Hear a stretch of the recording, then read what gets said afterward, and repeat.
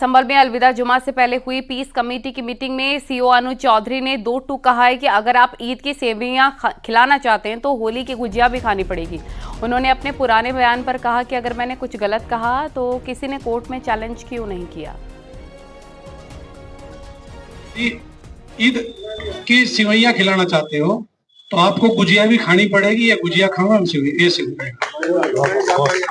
तो दोनों पक्ष खाओ। पर यहाँ गड़बड़ हो जाती है जहाँ एक पक्ष खाने को तैयार दूसरा खा नहीं रहा, तो यहाँ भाईचारा खत्म हो जाए। मैं उस चीज को दोबारा नहीं दोहराना चाहूंगा भाई मैंने क्या कहा था, पर किसी भी एक आदमी ने यदि मेरा वक्तव्य इतना गलत था तो वो उसे हाई कोर्ट में सुप्रीम कोर्ट में क्यों चैलेंज नहीं किया, मुझे सजा करवाते। यदि मेरा वक्तव्य इतना गलत था, क्योंकि मैंने कुछ गलत मतलब हर चीज दोनों धर्म के लिए बराबर बोली। अलविदा जुमा से पहले संभल पुलिस प्रशासन एक बार फिर से अलर्ट है और प्रशासन ने आज पीस कमेटी की मीटिंग में साफ संदेश दिया है कि नमाज सिर्फ मस्जिद या ईदगाह में ही ना होकर सड़कों पर या फिर किसी घर की छत पर। इस बैठक में सीओ अनुज चौधरी, एएसपी शीशचंद्र और एसडीएम वंदना मिश्रा शामिल थे। और ईद के दिन ही हमारे दादा संभल परिसर में आज शांति समिति की बैठक की गई, जिसमें सभी वर्गों धर्मों के लोग उपस्थित थे। उन्हें स्पष्ट रूप से अवगत कराया गया और सुनिश्चित किया गया है कि मस्जिद एवं ईदगाह के अंदर ही नमाज अदा की जाएगी और परिसर के बाहर सड़क पे कोई भी नमाज अदा नहीं की जाएगी और सड़क पर लोग बैठकर नमाज अदा नहीं करेंगे। और साथ ही बिजली पानी की कुछ समस्याओं के बारे में भी उनके द्वारा अवगत कराया गया है, जिन्हें भी समय रहते हुए पूर्ण करा दिया जाएगा और किसी के द्वारा अन्य कोई समस्या प्रकट नहीं की गई है। संभल हिंसा के बाद एक एक करके दंगाइयों पर एक्शन जारी है, लेकिन अब जांच की आंच संभल की सांसद जियाउर रहमान बर्क तक पहुंच गई है, जिन्हें पुलिस के सवालों के जवाब देने होंगे। उधर मुख्यमंत्री योगी आदित्यनाथ ने एक बार फिर से साफ कर दिया है कि संभल में जो हिंदुओं का है वो उन्हें मिलकर रहेगा।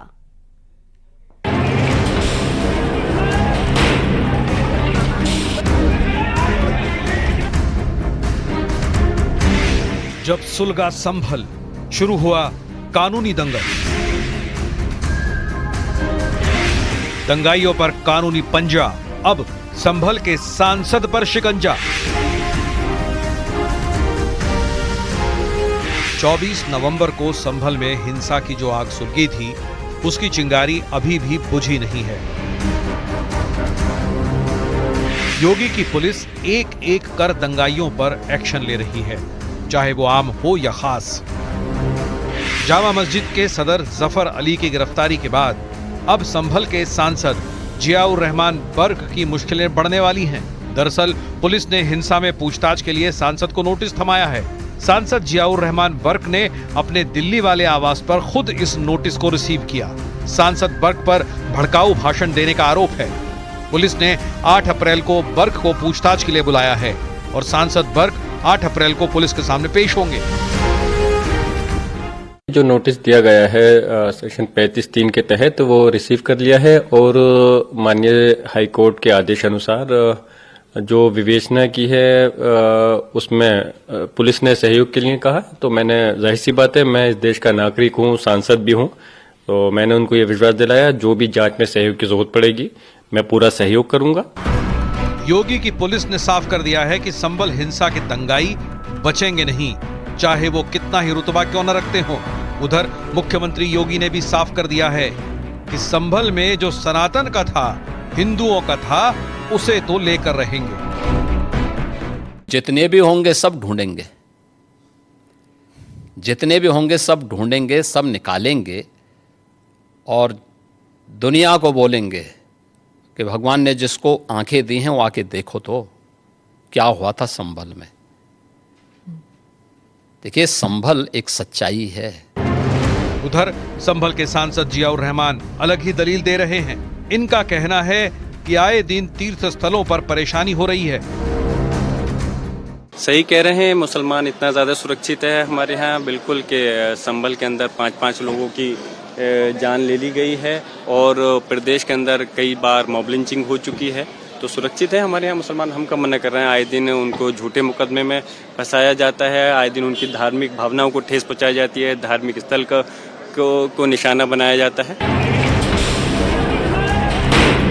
काबिले गौर है कि संभल में हिंसा के बाद से ही एक तरफ दंगाइयों पर एक्शन जारी है तो दूसरी तरफ हिंदू धार्मिक स्थलों की पहचान की जा रही है।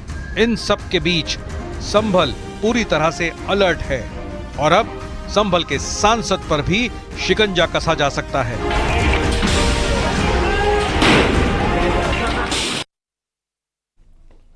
डिप्टी सीएम ब्रजेश पाठक कानपुर पहुंचे। उन्होंने योगी सरकार के 8 साल पूरे होने के मौके पर लगाई गई प्रदर्शनी देखी है। नवीन सभागार सरसैया घाट में लगी इस प्रदर्शनी में सूचना विभाग के साथ कई विभागों की ओर से प्रदर्शनी लगाई गई है।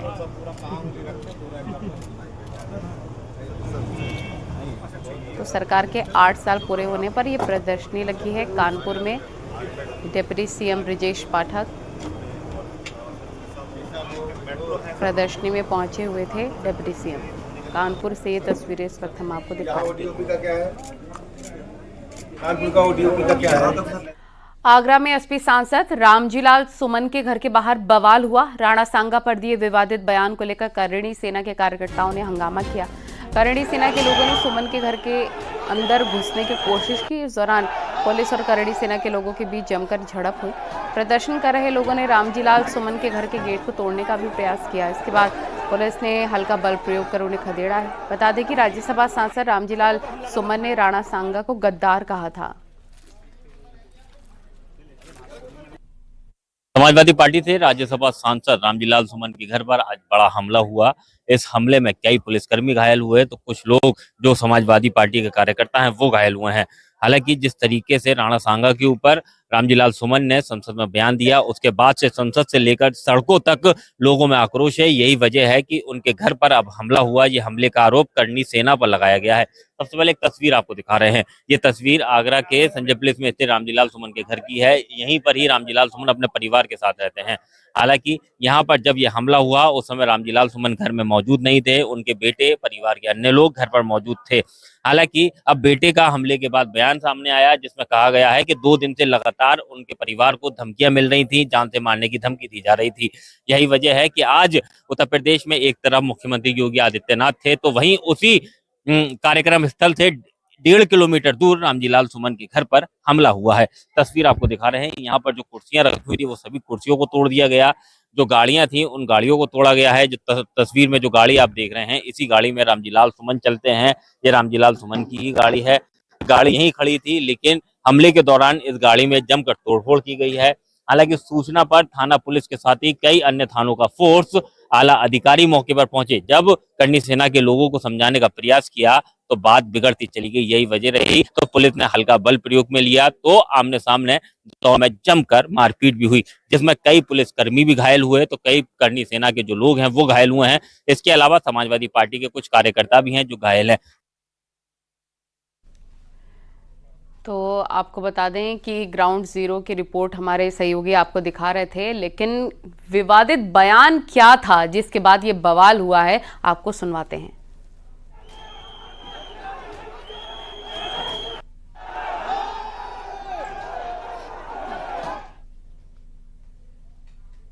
सुमन जी के राज्यसभा में बोलने के बाद जिस तरीके से लोगों ने जिस भाषा का प्रयोग किया जो हर भाषा में और एक चुनौती भरी भाषा में जो मैसेज डाले उसको देखते देखते 2 दिन से लोगों ने मैसेज डाला कि आवास का घेराव करेंगे। इसकी जानकारी पुलिस प्रशासन के सभी लोगों को थी, प्रशासन को थी। वो आज वो घर पर लाठी डंडों के साथ तलवार वलवार लेकर के और आधे रोरों के साथ घर पर हमला कर गए। करणी सेना के लोग थे। सोशल मीडिया से जिनकी पहचान हो रही है नहीं, सांसद जी मौजूद नहीं थे और पूरा मामला पुलिस प्रशासन की मौजूदगी में हुआ है। और जिस तरीके से विरोध का माहौल बनाया जा रहा है और सत्ता से संरक्षण प्राप्त जो लोग हैं तो मैं समझता हूँ निश्चित तौर पर कहीं ना कहीं दलित पिछड़े लोगों को डराने धमकाने का काम किया जा रहा है। और इस पूरे मामले में करणी सेना के अध्यक्ष महिपाल सिंह मकराना का बयान सामने आया। मकराना ने धमकी दी है कि ये तो केवल ट्रेलर है, सांसद की सदस्यता नहीं गई तो पूरे देश में प्रदर्शन होगा। ये तो केवल ट्रेलर है, झांकी है। इसको नहीं हटाया सपा से, इसकी राज्यसभा की जो सदस्यता वो भंग नहीं की गई, तो बड़ा विरोध प्रदर्शन पूरे देश में देखने को मिलेगा। ये तो केवल झांकी है। आप सब लोगों को बोलना चाह रहा हूं, हमारे जो कार्यकर्ता हैं उनके अगर कोई खरोच भी आई, मैंने अभी देखा है कि किसी के 2-3 लोगों के वकेंद्र राणा के उनके चोट आई है, और अगर उसके साथ कोई बदतमीजी हुई, कोई कुछ भी हुआ वहां मेरे कोई पदाधिकारियों के साथ, तो बाकायदा पूरे देश में तांडव होगा और हम लोग सड़कों पे आएंगे। जय हिंद, जय भारत। मेरठ में अवैध मस्जिद पर हिंदू संगठन के विरोध का मामला गर्मा गया है। हिंदूवादी नेता सचिन सिरोही के खिलाफ केस दर्ज किया गया है। इससे नाराज सचिन सिरोही ने कहा कि मुकदमा दर्ज होने से नहीं डरेंगे और हमारा आंदोलन चलता रहेगा। उसने आरोप लगाया है कि मुस्लिम युवकों के दबाव में बिना जांच मुकदमा दर्ज कराया गया। मुस्लिम पक्ष के लोगों ने अनर्गल आरोप लगाकर पुलिस पर दबाव बनाया है।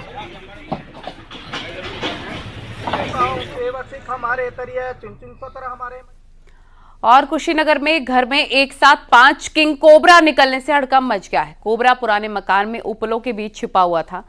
इसकी जानकारी मिलने पर एक शख्स ने कोबरा को पकड़ा, जंगल में ले जाकर छोड़ दिया। रामकोला थाने के लक्ष्मीगंज गोबरही टोला का यह पूरा मामला है।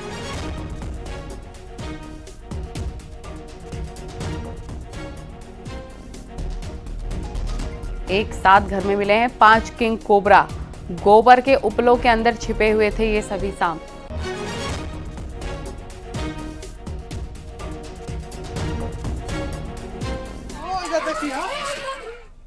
और नाबालिग लड़की से रेप की कोशिश के मामले में इलाहाबाद हाईकोर्ट के विवादित फैसले पर सुप्रीम कोर्ट स्वतः संज्ञान लेते हुए सुनवाई करता नजर आया। जस्टिस BR गवई और जस्टिस ऑक्स्टिन जॉर्ज मसीह की बेंच इस मामले पर सुनवाई करते नजर आई। सुप्रीम कोर्ट ने इलाहाबाद हाईकोर्ट के 17 मार्च को दिए फैसले के विवादित हिस्सों पर रोक लगा दी है। इस फैसले को लेकर सख्त नाराजगी जाहिर करते हुए सुप्रीम कोर्ट ने कहा कि कई कोर्ट का फैसला जज के असंवेदनशीलता और अमानवीय रुख को दिखाता है। ऐसी टिप्पणियां कानूनी सिद्धांतों के खिलाफ हैं।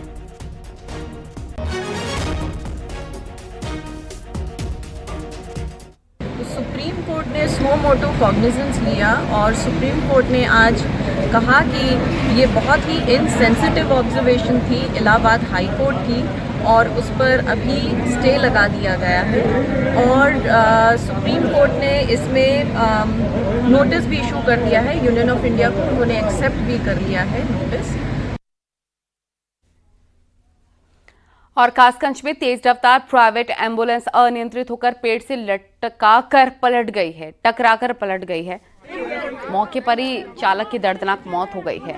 सूचना मिलते मौके पर पहुंची पुलिस ने शव को पोस्टमार्टम के लिए भेजा। सिडपुरा के पटियाली रोड किलौनी बम्मा का ये पूरा मामला है।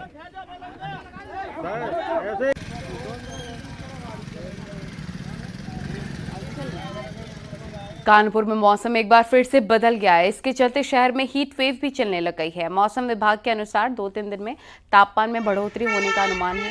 स्वास्थ्य विभाग ने हीट स्ट्रोक से बचाव की गाइडलाइन भी जारी की है।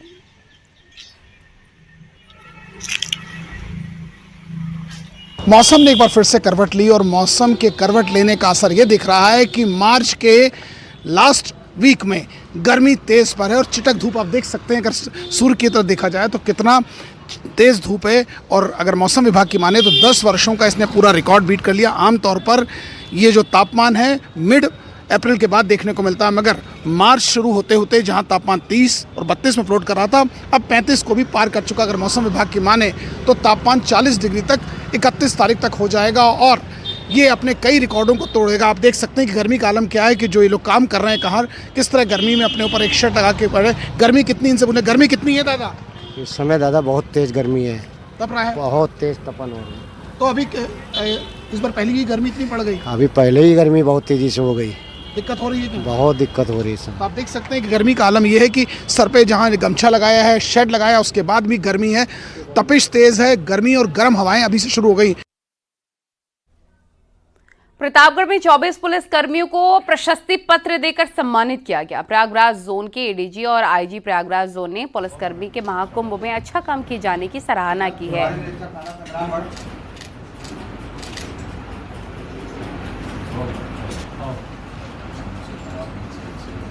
प्रतापगढ़ पुलिस जो है वो पूरी तरह से समर्पित भाव से यहाँ पे जितने लोग यहाँ से गुजरे उन सभी का जो सबसे अच्छा बंदोबस्त हो सकता है वो किया गया।